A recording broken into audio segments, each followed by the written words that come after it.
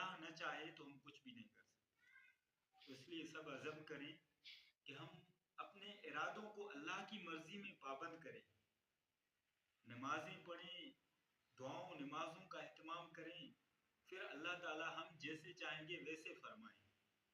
اور اگر ہم اللہ تعالیٰ کی مرضی کے خلاف کر کے کہیں گے یوں کریں گے تو کچھ بھی نہیں ہوگا، کیونکہ ایک ہماری مرضی ہے، ایک خدا تعالیٰ کی مرضی ہے، تو ہوگا وہی جو اللہ کی مرضی ہے. اس لیے ہمارا خیال کچھ بھی ہو، ہم خیالات کا بڑا پلاؤ پکائیں، بڑی منصوبہ بندی کریں، لیکن ہوگا وہی جو اللہ چاہے گا. یہ انسانی زندگی کی مثال ہے. اس لیے عزیزوں، دوستوں اور میرے بھائیوں بہنوں، ہم آج ہی سے عزم کریں کہ ہم اپنے ارادوں کو اللہ کی مرضی کے مطابق گزاریں گے. اپنی زندگی کو اللہ کی مرضی کے مطابق گزاریں گے.